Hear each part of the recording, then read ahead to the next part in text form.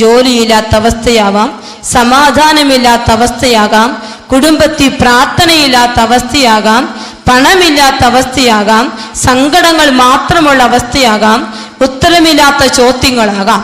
എന്തും മുന്നിൽ കണ്ട് ഒറ്റ ഒരാൾക്ക് മാത്രമേ മക്കളെ എന്നെയും നിങ്ങളെയും ഇവിടെ നിന്ന് കയറ്റാൻ പറ്റൂ. അതുകൊണ്ട് നിനക്ക് അപ്രാപ്യമായ പാറയെ കർത്താവിന്റെ പക്കലേക്ക് എടുത്തു വെച്ച് വലതുകരമുയർത്തി എല്ലാ ദൈവമക്കളും വിശ്വാസത്തോടെ ഈ വചനം ഏറ്റു പറയണം. ദൈവമേ, എന്റെ നിലവിളി കേൾക്കണമേ, എന്റെ പ്രാർത്ഥന ചെവിക്കൊള്ളണമേ. ഹൃദയം തകർന്ന ഞാൻ ഭൂമിയുടെ അതിർത്തിയിൽ നിന്ന് അവിടുത്തോട് വിളിച്ചപേക്ഷിക്കുന്നു. എനിക്ക് അപ്രാപ്യമായ ഈ പാറയിൽ എന്നെ കയറ്റി നിർത്തണമേ. എനിക്ക് അപ്രാപ്യമായ ഈ പാറയിൽ എന്നെ കയറ്റി നിർത്തണമേ. കർത്താവേ, എനിക്ക് അപ്രാപ്യമായ ഈ പാറയിൽ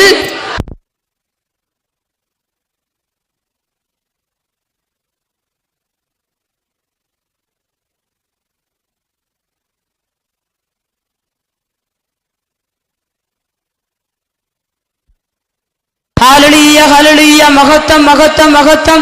എല്ലാ ജീവിതങ്ങളും ഇരു കരങ്ങളും ഉയർത്തി നിനക്ക് അപ്രാപ്യമായ പാറ അതേതാണെങ്കിലും അവനോട് ഇന്ന് നീ ഹൃദയം തകർന്ന് നിന്റെ ജീവിതത്തിന്റെ വേദനയിൽ നിന്ന് പറയാൻ പോവുകയാ.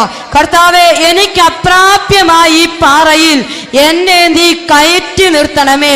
3 ദിനം അത് തന്നെ നീ പ്രാർത്ഥിക്കണം. കർത്താവെ, എനിക്ക് അപ്രാപ്യമായ ഈ പാറയിൽ എന്നെ നീ കയറ്റി നിർത്തണം. കർത്താവെ, സ്തുതിക്കട്ടെ, മതിമറന്ന് സ്തുതിക്കട്ടെ, സ്വരമുയർത്തി ഹല്ലേലൂയ, ഹല്ലേലൂയ, ഹല്ലേലൂയ.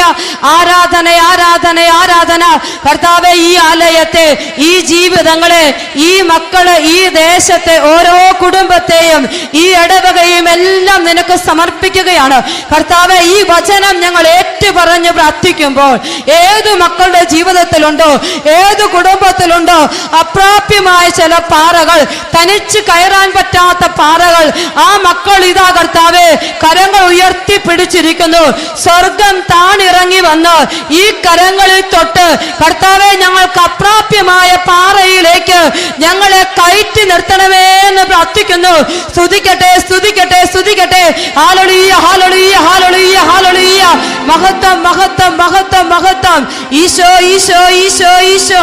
സ്തുതിക്കുന്നു, സ്തുതിക്കുന്നു, സ്തുതിക്കുന്നു. ഹല്ലേലൂയ. ഈശോയെ നന്ദി, ഈശോയെ നന്ദി. Praise the Lord. സ്വരം പോയോ? Price the lord. ഹല്ലേലൂയ. അപ്പോ നമ്മുടെ ധ്യാനത്തിന്റെ ഏറ്റവും പ്രധാനപ്പെട്ട ലക്ഷ്യം ആര് നമ്മളെ സന്ദർശിക്കണം? ആര് സന്ദർശിക്കണം? കർത്താവ് സന്ദർശിക്കണം. രണ്ടാമത്തെ കാര്യം, എനിക്ക് അപ്രാപ്യമായ പാറയിലേക്ക് ഒന്ന് കയറി നിൽക്കണം. വേണോ? വേണോ? വേണം. ദൈവം സന്ദർശിക്കാൻ വന്ന അവൻ കൈ നീട്ടിത്തരും. ആ കയ്യിൽ ഇങ്ങനെ പിടിക്കുക, ചാടി കയറുക. നിങ്ങൾ തയ്യാറാണോ? ആണോ? ആണെങ്കിൽ ഇവിടെ ഇരുന്ന് ആഗ്രഹിക്കണം, കർത്താവേ, എനിക്ക് അപ്രാപ്യമായ പാറകൾ ഇതൊക്കെയാണ്. അപ്പം നീ എന്നെ ഇങ്ങോട്ട് കയറ്റി നിർത്തിക്കോണം. ഇതൊന്നും എനിക്കിന്നോളം പറ്റില്ല. അങ്ങനെ നിങ്ങൾ പ്രാർത്ഥിച്ചുകൊണ്ടിരിക്കുമ്പോൾ, വചനത്തിൻ്റെ മുമ്പിലിരുന്ന് നിങ്ങൾ പ്രാർത്ഥിക്കുമ്പോൾ ദൈവം നമ്മുടെ പ്രാർത്ഥന കേട്ട് നമുക്ക് ഉത്തരം തരും. എനിക്കതൊക്കെ വലിയ ബോധ്യങ്ങളാണ് പ്രിയപ്പെട്ടവരെ. കഴിഞ്ഞ നവംബർ മാസം 5-ാം തീയതി ഷാലോം ടിവിയിൽ നൈറ്റ് വിജിൽ ചെയ്തിട്ട് ഞാൻ തിരിച്ച് പോരുകയാണ്. നൈറ്റ് വിജിലൊക്കെ കഴിഞ്ഞ ദിവസം എനിക്കൊരു ടെസ്റ്റ് മണി തമിഴ്നാട്ടിൽ നിന്ന്. ആ മനുഷ്യൻ എനിക്ക് മെസ്സേജ് ചെയ്തിരിക്കുക, സിസ്റ്ററിൻ്റെ നമ്പർ കണ്ടുപിടിക്കാൻ ഒത്തിരി പാടുപെട്ടു, പക്ഷേ എനിക്ക് ഈ സാക്ഷ്യം പറഞ്ഞേ പറ്റൂ. ഞാൻ എന്താണ് ചേട്ടാ എന്ന് തിരിച്ച് മെസ്സേജ് അയച്ചപ്പോൾ ആ മനുഷ്യൻ പറയുകയാണ്, സിസ്റ്ററെ, ഷാലോം ടിവിയിലൂടെ നൈറ്റ് വിജിൽ പൊയ്ക്കൊണ്ടിരിക്കുമ്പോൾ എൻ്റെ വീട്ടിൽ ഷാലോം ടിവിയുടെ മുമ്പിൽ ഞാൻ മുട്ടുകുത്തി ഞാൻ പ്രാർത്ഥിക്കാൻ ഒറ്റ കാര്യമേ ഉള്ളൂ, എനിക്ക് ഒറ്റ മകനേ ഉള്ളൂ. അവൻ MBBS പഠിക്കാൻ പോയിട്ട് തിരിച്ചു വന്ന് വീട്ടിൽ കയറി ഇരിക്കാൻ തുടങ്ങിയിട്ട് 2 വർഷമായി. പഠിക്കാൻ പോവില്ല, ഒന്നിനും പുറത്തിറങ്ങില്ല. കിട്ടിയ ഭക്ഷണം കഴിച്ച് അവൻ വീടിനകത്ത് ഒരുതരം ഡിപ്രഷൻ മൂഡിലിരിക്കുകയാ. ഇത് മാത്രമാണ് എൻ്റെ ജീവിതത്തെ വേദനിപ്പിച്ചു കൊണ്ടിരിക്കുക. ഞാനും എൻ്റെ ഭാര്യയും രാത്രി 10:30 മുതൽ 12 മണി വരെ നൈറ്റ് വിജിൽ ശാലോം TV-യിൽ നടക്കുമ്പോൾ TV-യുടെ മുമ്പിൽ ഇങ്ങനെ മുട്ടുകുത്തി പ്രാർത്ഥിക്കുക. ആരാധനയിൽ പങ്കെടുക്കുമ്പോൾ പരിശുദ്ധാത്മാ പ്രേരിതയായി സിസ്റ്റർ പറഞ്ഞു, അകലെ ഒരു വീട്ടിൽ ഒരപ്പനും അമ്മയും ഒരു മകന് വേണ്ടി പ്രാർത്ഥിക്കുന്നു. MBBS പഠിക്കാൻ പോയിട്ട് പഠിത്തം നിർത്തി തിരിച്ചു വന്നിരിക്കുന്ന ഒരു ചെറുപ്പക്കാരന് പഠിക്കാനുള്ള വരം കൊടുത്ത് കർത്താവ് അനുഗ്രഹിക്കുന്നെന്ന് ആ മനുഷ്യർ പറയുക. അത് അതേപടി ഞങ്ങളങ്ങ് വിശ്വസിച്ചു. അതങ്ങ് ഏറ്റെടുത്തെങ്കിൽ ഒരത്ഭുതം സംഭവിച്ചു സിസ്റ്ററെ. പിറ്റേ ദിവസം രാവിലെ 8 മണിക്ക് മുറി തുറന്ന് പുറത്തു വരുമ്പോൾ എൻ്റെ മകൻ എൻ്റെ മുഖത്ത് നോക്കി പറയുക, അപ്പാ എനിക്ക് പഠിക്കാൻ പോകണം. വിളിച്ചു ചോദിക്കുക കോളേജിലേക്ക്.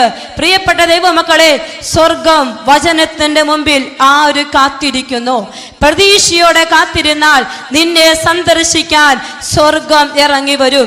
നിനക്ക് അപ്രാപ്യമായ പാറ ഏതുമാകട്ടെ, എന്തുമാകട്ടെ, മനുഷ്യദൃഷ്ടിയിൽ എത്ര വലുതാണെങ്കിലും എത്ര ഭീമാകാരമാണെങ്കിലും അവനോട് പറയണം, ഇതെന്റെ പാറയാ. ഈ വചനം കേട്ടുകൊണ്ടിരിക്കുമ്പോഴെല്ലാം പറയണം, എനിക്ക് കയറി പറ്റാൻ പറ്റാത്തൊരു പാറയുണ്ട്, ഇത് കയറിയേ പറ്റൂ. അതിന് നീ എന്നെ കയറ്റി നിർത്തണം. കൈ നീട്ടിക്കൊടുക്കാൻ ഇന്നൊരു വ്യക്തി തയ്യാറായാൽ ആ കയ്യിൽ പിടിക്കാൻ തിരുമുറിവിൻ്റെ കരമുള്ള ഈശോ ഈ ആലയത്തിൽ ഇറങ്ങി വരുമെന്ന് എനിക്ക് ബോധ്യമുണ്ട്. വിശ്വാസമുണ്ടോ? ഉണ്ടോ? എത്രമാത്രമുണ്ട്? എത്രമാത്രമുണ്ട്? ദൈവം എന്നെ സന്ദർശിക്കും വരെ എനിക്ക് വിശ്വാസമുണ്ട്. ഉണ്ടോ? അതോ പകുതി നിർത്തുവോ? ഒരു ദിവസം ധ്യാനം കഴിയുമ്പോൾ സന്ദർശിച്ചല്ലോ എന്ന് പറഞ്ഞ് ഇറങ്ങിപ്പോവോ? ഇല്ല. കർത്താവ് എന്നെ സന്ദർശിക്കും വരെ, അവനെ കണ്ടുമുട്ടും വരെ എനിക്ക് വിശ്വാസമുണ്ട്. പിന്നെ വിശ്വാസത്തിന്റെ ആവശ്യമുണ്ടോ? ഉണ്ടോ? കണ്ടു കഴിഞ്ഞാൽ പിന്നെ വിശ്വാസം വേണോ?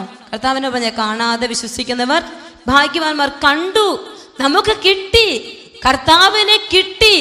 പിന്നെ എന്തേ? മുമ്പിൽ നിൽക്കുന്ന കർത്താവിനെ ഇനി അവിശ്വസിക്കേണ്ട കാര്യമുണ്ടോ? അവിടെ വിശ്വാസം പൂർണ്ണമായി. ദൈവത്തെ കണ്ടുമുട്ടുമ്പോൾ ഒരു വ്യക്തിയുടെ വിശ്വാസം പൂർണ്ണമായി മാറും. അവനെ കാണാനാണ് നിങ്ങൾ ആഗ്രഹിക്കേണ്ടത്. ആത്മീയ മേഖലയിലും ഭൗതിക മേഖലകളിലുമെല്ലാം കർത്താവിനെ കാണാൻ നിങ്ങൾ ആഗ്രഹിച്ച് പ്രാർത്ഥിക്കണം. അങ്ങനെ ആഗ്രഹിച്ച് പ്രാർത്ഥിച്ചാൽ കർത്താവ് ഈ ദിനങ്ങളിൽ നിങ്ങളുടെ ജീവിതത്തിലേക്ക് ഇറങ്ങി വന്ന് നിങ്ങളെ അനുഗ്രഹിക്കും. ഇനി ഇങ്ങനെ ഒരു കാര്യം ചെയ്യണമെങ്കിൽ എൻ്റെയും നിങ്ങളുടെയും മനസ്സിൽ ഒരു വലിയ ബോധ്യമുണ്ടാവണം. ആ വലിയ ബോധ്യമാണ് 62-ാം സങ്കീർത്തനം 11-ാമത്തെ വചനം. സങ്കീർത്തനം 62-11. ശ്രദ്ധിച്ച് കേൾക്കണം എല്ലാവരും വചനം. ദൈവം ഒരു പ്രാവശ്യം അരുളി ചെയ്തു, 2 പ്രാവശ്യം ഞാൻ അത് കേട്ടു. ശക്തി ദൈവത്തിൻ്റെതാണ്. എന്താണ് വചനം? കർത്താവ് എത്ര പ്രാവശ്യം പറഞ്ഞു? ഒറ്റ പ്രാവശ്യം. ഞാൻ എത്ര പ്രാവശ്യം കേൾക്കണം? 2 പ്രാവശ്യം. എന്താ വചനം പറഞ്ഞേ? ശക്തി ആരുടേതാ? ദൈവത്തിൻ്റെത്. ശക്തി ദൈവത്തിൻ്റെതാണ്. വചനം കേട്ടുകൊണ്ടിരിക്കുമ്പോ അടയാളങ്ങളെ വചനം സ്ഥിരീകരിക്കണമെങ്കിൽ ചങ്കിലെഴുതി വെച്ചോണം. ശക്തി ആരുടേതാ? ദൈവത്തിൻ്റെത്. വചനം പറയുന്ന വ്യക്തിയുടെയല്ല. വചനം പറയുന്ന വ്യക്തിക്ക് ശക്തിയില്ല. ആർക്കാ ശക്തിയുള്ളൂ? ദൈവത്തിനു മാത്രം. കരം നീട്ടി എപ്പോഴും കണ്ണുകൂർപ്പിച്ച് കാതുകൂർപ്പിച്ച് ശക്തിയുള്ള കർത്താവിനെ നോക്കി നീ ഇവിടെ ഇരുന്നാൽ ആ കർത്താവ് പറയുന്നതൊക്കെ ജീവിതത്തിൽ അതേപടി സംഭവിച്ചിരിക്കും. മനുഷ്യർക്കിത് അസാധ്യമാണ്, എന്നാൽ ദൈവത്തിന് എല്ലാം സാധ്യമാണ്. ആണോ? ഉറപ്പാണോ? ഉറപ്പാണ്. ലൂക്ക 18:27. എന്താണ് വചനം? മനുഷ്യർക്ക് അസാധ്യമായത് ദൈവത്തിന് സാധ്യമാണ്. പറഞ്ഞേ, മനുഷ്യർക്ക് അസാധ്യമായത് ദൈവത്തിന് സാധ്യമാണ്. അപ്പോൾ ഈ ധ്യാനം തുടങ്ങുമ്പോൾ 3 കാര്യങ്ങൾ നിങ്ങളോട് പറയുകയാണ്. ഒന്ന്, എന്തിനു വേണ്ടിയാ പ്രാർത്ഥിക്കേണ്ടത്? കർത്താവ്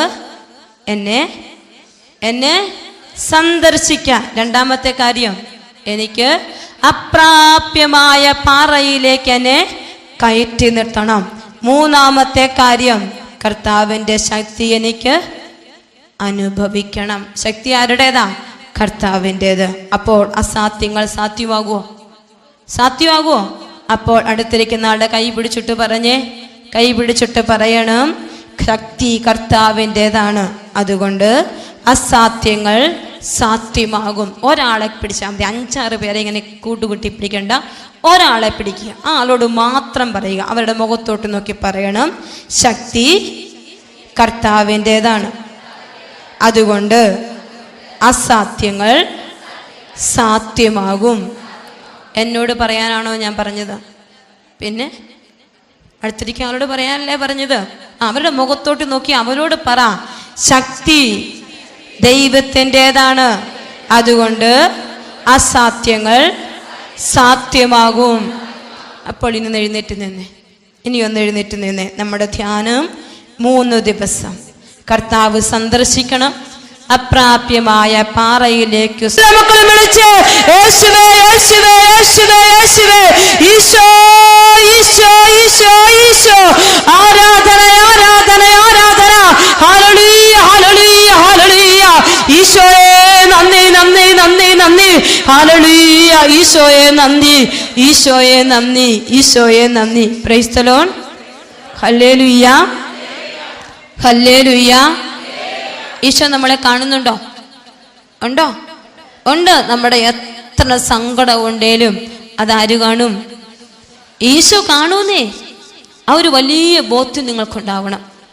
നിങ്ങളെ ഓരോരുത്തരെയും ആര് കാണുന്നുണ്ട്? ഈശോ കാണുന്നുണ്ട്. ഒന്ന് പറഞ്ഞേ, എന്നെ എൻ്റെ ഈശോ കാണുന്നുണ്ട്. ഉറക്കെ പറ, എന്നെ എൻ്റെ ഈശോ കാണുന്നുണ്ട്, ഞാൻ വിശ്വസിക്കുന്നു. അപ്പം ഇനി ഈശോ നോക്കിക്കോളിയല്ലേ? നോക്കൂ പ്രിയപ്പെട്ടവരെ. അപ്പോ ഈ വിധവ കരഞ്ഞപ്പോ ഈശോ എന്ത് ചെയ്തു? ഈശോ ആദ്യം എന്താ ചെയ്തേ? മനസ്സ് അലിഞ്ഞു. ഫ്രാൻസിസ് മാർപ്പാപ്പ പറയും, കമ്പാഷനേറ്റ് ലവ്. ഈശോയുടെ വലിയ കമ്പാഷനേറ്റ് ലവ് ആണ് ഇവിടെ കണ്ടത്. ഈശോയുടെ വലിയ കരുണയുള്ള സ്നേഹം. ഒറ്റ വചനത്തിന്റെ പശ്ചാത്തലത്തിലാണ് ഈ ന്യായവിലെ വിധവയുടെ വചനം പറയുക. ഞാൻ പറഞ്ഞു, സങ്കീർത്തനം 71-ാം അധ്യായത്തിൽ, കർത്താവേ നിന്റെ കരുണ എവിടെ വരെ എത്തി നിൽക്കും? ആകാശത്തോ. അവന്റെ കരുണാർദ്ര സ്നേഹം, മനസ്സലിയുന്ന ഒരു സ്നേഹമുണ്ട്. ഇന്ന് അനുഭവിക്കേണ്ടത് അത് മാത്രമാണ്. ആ മനസ്സലിഞ്ഞിട്ട് കർത്താവ് അവളോട് പറഞ്ഞു, എന്തു പറഞ്ഞു? കരയണ്ട. കരയുന്നില്ല എന്നെങ്കിൽ ഈശോ അങ്ങനെ അവളോട് പറയുവോ?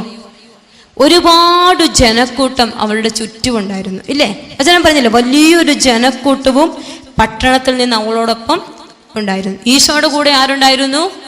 വലിയൊരു ജനക്കൂട്ടം ഉണ്ടായിരുന്നു. ഇവരാരെയും കരയേണ്ട എന്ന് പറഞ്ഞ ബൈബിൾ എഴുതി വെച്ചിട്ടുണ്ടോ? ഉണ്ടോ ഇല്ലയോ? പക്ഷെ ആര് പറഞ്ഞു? ഈശോ പറഞ്ഞു. അതുപോലെ ചുറ്റും നിൽക്കുന്ന ആരും നമ്മുടെ കൂടെ കാണും. നിങ്ങൾ വിശ്വസിക്കുന്നുണ്ടോ? ഉണ്ടോ? തകർച്ചയിലും വേദനയിലും ദുഃഖത്തിലും ഞെരുക്കത്തിലും കൂടെ നിൽക്കും പലരും എന്ന് വിചാരിക്കുന്നുണ്ടോ? ഇല്ല. ആരേ കൂടെ നിൽക്കുള്ളൂ? ഈശോ മാത്രം. ഒത്തിരി ജനക്കൂട്ടമുണ്ടാകും, പക്ഷെ കൂടെ നിൽക്കാൻ ഈശോ മാത്രം. കഴിഞ്ഞ ദിവസം ഞാനൊരു പള്ളി ധ്യാനിപ്പിക്കാൻ ചെന്നപ്പോൾ BCom 3rd year പഠിക്കുന്ന ഒരു കൊച്ച്, അവന് ബ്ലഡ് ക്യാൻസറാണ്. അമൃത ഹോസ്പിറ്റലിൽ ചികിത്സയിലാണ്. അപ്പോൾ അവൻ്റെ അപ്പനും അമ്മയും കൂടി പള്ളിയിൽ കൊണ്ടുവന്നിരിക്കുകയാണ്. അപ്പോൾ ഈ ചെറുക്കൻ്റെ തലമുടിയൊക്കെ പയ്യെ കെളുത്ത് വരുന്നേ ഉള്ളൂ. ഇവൻ്റെ മുഖത്തോട്ട് നോക്കിയപ്പോൾ ഭയങ്കര സങ്കടം തോന്നി. അപ്പോൾ ഞാൻ ഇവൻ്റെ തലയിൽ ഇങ്ങനെ കൈവച്ച് പ്രാർത്ഥിക്കുമോ. അപ്പോൾ ഈശോ എന്നോട് പറയുകയാണ്, ഇവൻ ഒറ്റപ്പെട്ട് നിൽക്കുകയാണ്, ഇവൻ ആരുമില്ല. അപ്പോൾ ഞാൻ പറഞ്ഞെടാ, നിനക്ക് അങ്ങനെ ഒരു ഫീലിംഗ് ഉണ്ടോ? അവൻ പറയാണ്, സിസ്റ്ററെ 1-2 വർഷം BCom ഞാൻ അടിച്ചു പൊളിച്ചു. കൂട്ടുകാരുടെ കൂടെ വീട്ടിൽ പോലും ഞാൻ കയറിയില്ല. കൂട്ടുകാരായിരുന്നു എനിക്ക് ഇമ്പോർട്ടൻസ്. അവരുടെ കൂടെ ഇങ്ങനെ അടിച്ചു പൊളിച്ച്, എറണാകുളം ഭാഗം നിങ്ങൾക്കറിയാം, എല്ലാവിധ തിന്മകൾക്ക് അടിമപ്പെട്ട് 2 വർഷക്കാലം തകർത്തടിച്ചങ്ങ് ജീവിച്ചു. 3-ാം വർഷം ബ്ലഡ് ക്യാൻസർ പിടിപെട്ടു. ഈ ഒറ്റ കൂട്ടുകാരില്ല സിസ്റ്ററെ, ഞാൻ എന്നും അമ്മയോട് പറയും, അമ്മേ ഞാൻ ICU കിടന്നപ്പോഴൊക്കെ ഞാൻ ചോദിച്ചിട്ടുണ്ട്, അമ്മേ ഏതേലും കൂട്ടുകാർ എൻ്റെ ICUവിൻ്റെ പുറത്തുണ്ടോ അമ്മേ എന്ന് നോക്കിയിട്ട് പറയുമോ? ഒരാളേലും ഉണ്ട് എന്ന് പറയാൻ കേൾക്കാൻ ഞാൻ കൊതിച്ചിട്ടുണ്ടെന്ന് ഒരു കുഞ്ഞു ചെറുക്കൻ എൻ്റെ മുമ്പിലിരുന്ന് പറഞ്ഞത് ഞാൻ ഓർക്കുകയാണ്. പ്രിയപ്പെട്ടവരെ, എൻ്റെയും നിങ്ങളുടെയും വേദന കണ്ട് മനസ്സറിയാൻ ഈ ഭൂമിയിൽ ഒരാളെ ഉള്ളത് ആരാ? ഈശോ. അത് നിങ്ങൾ മറക്കരുത്. ആരൊക്കെ ഉപേക്ഷിച്ചാലും ആരും ഉപേക്ഷിക്കില്ല, ഈശോ ഉപേക്ഷിക്കില്ല. എത്ര പേര് കൂടെ നിന്നാലും കാര്യമുണ്ടോ? ഇല്ല. ഈശോ മാത്രം കൂടെ നിന്നിട്ട് കാര്യം. ഇവരെല്ലാവരും ചുറ്റും നിന്നപ്പോൾ ഈശോ വന്നിട്ട് പറഞ്ഞു, കരയേണ്ട. ആരും വിളിച്ചിട്ടല്ല കേട്ടോ ഈശോ വന്നത്. അവരുടെ കണ്ണുനീര് കണ്ടപ്പോൾ ഈശോ അങ്ങോട്ടേക്ക് വന്നു. അവൻ മുന്നോട്ട് വന്ന് ശവമഞ്ചത്തിൽ തൊട്ടു. ശവമഞ്ചത്തിൽ തൊട്ടിട്ട് അത് വഹിച്ചിരുന്നവർ അപ്പോൾ തന്നെ നിന്നു. അപ്പോൾ അവൻ പറഞ്ഞു, യുവാവേ, ഞാൻ നിന്നോട് പറയുന്നു, എഴുന്നേൽക്കുക. ഇതാ മരിച്ചവൻ ഉടനെ എഴുന്നേറ്റിരുന്നു. അവർ സംസാരിക്കാൻ തുടങ്ങി. യേശു അവനെ അമ്മയ്ക്ക് ഏൽപ്പിച്ചു കൊടുത്തു. ഇവിടെ യുവാവിനാണോ ദൈവാനുഭവം കിട്ടിയത്, അതോ അമ്മയ്ക്കാണോ ദൈവാനുഭവം കിട്ടിയത്? പറ. എൻ്റെ ചോദ്യമാണ്. പറ. ആർക്കാണ്? ഉറക്കെ പറയണം. അമ്മയ്ക്ക്. കരഞ്ഞ അമ്മയ്ക്കാ ദൈവാനുഭവം. കാരണം അവൻ നഷ്ടപ്പെട്ടപ്പോഴും ആർക്കാ വേദന? അമ്മയ്ക്കാ. ആ വേദനയോടുകൂടി കരഞ്ഞ ആ അമ്മയ്ക്ക് ഒരു ദൈവാനുഭവം ആര് കൊടുത്തു? സ്വർഗം കൊടുത്തു. പ്രിയപ്പെട്ട മക്കളെ, കരയണം ഈശോയുടെ മുമ്പിൽ.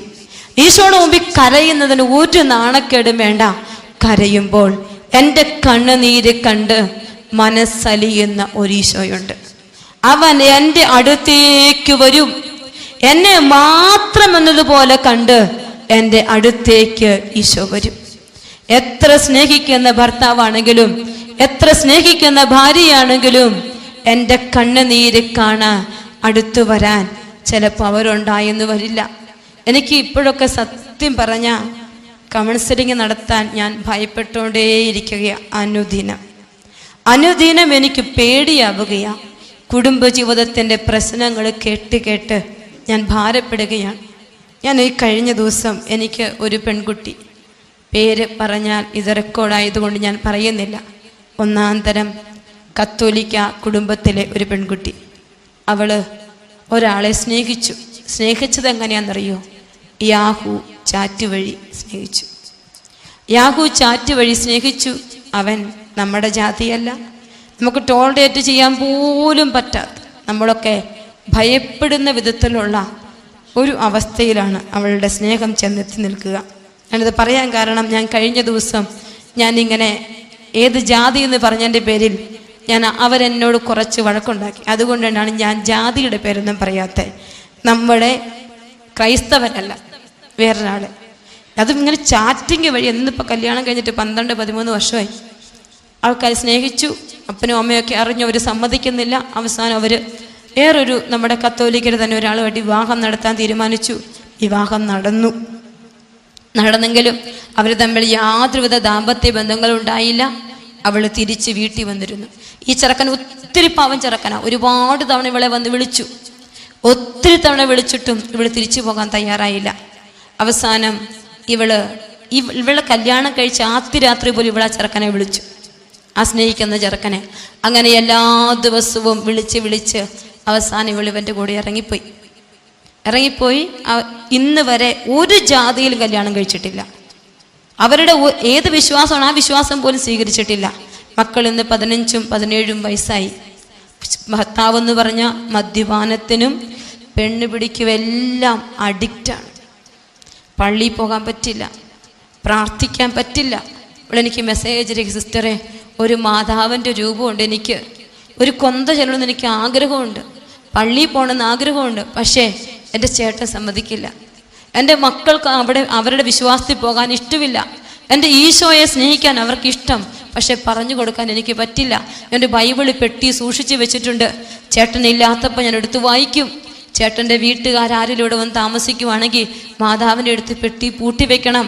അവർ 2 മാസം കഴിഞ്ഞാൽ പോകുന്നെങ്കിൽ 2 മാസം എനിക്ക് പ്രാർത്ഥിക്കാൻ പറ്റില്ല.